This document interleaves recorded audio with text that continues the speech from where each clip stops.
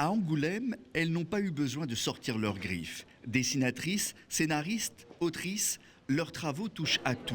La fiction, la sociologie, le reportage, l'histoire. Anne Simon a illustré les biographies très documentées de Marx, Freud et Einstein. Il y a sans doute une écriture féminine, que ce soit les biographies ou mon travail de fiction. Voilà, c'est vraiment sur la psychologie humaine, on va dire. Myriam Mal est l'une des benjamines du salon. À 23 ans, elle a été découverte grâce à son blog où elle analysait d'un point de vue féministe et sexiste les séries télé et les comportements des hommes vis-à-vis des femmes. La BD est devenue pour elle un élément de militantisme. J'analyse on pourrait dire des clichés sexistes, des stéréotypes. Ce que j'ai envie de faire, c'est de la vulgarisation et d'expliquer aux gens, un peu tout le monde, même les gens qui ne sont pas féministes, qui ne s'y connaissent pas en féminisme, de pouvoir leur donner des outils pour déchiffrer. La féminisation du lectorat a probablement aidé l'émergence d'une nouvelle génération de filles.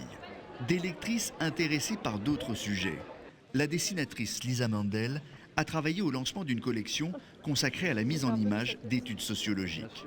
Moi, quand j'étais lycéenne, on me disait fais de l'illustration pour enfants, en fait la BD c'est pas pour toi, et c'était clairement ce qu'on nous disait. Je sais pas si c'est les femmes qui ont bousculé les codes, mais en tout cas la bande dessinée c'est ouverte aux femmes, et les femmes aussi se sont mis à avoir envie de faire de la bande dessinée.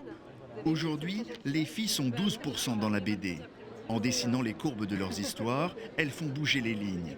Et les éditeurs sont désormais prêts à les suivre sur de nouveaux terrains de curiosité.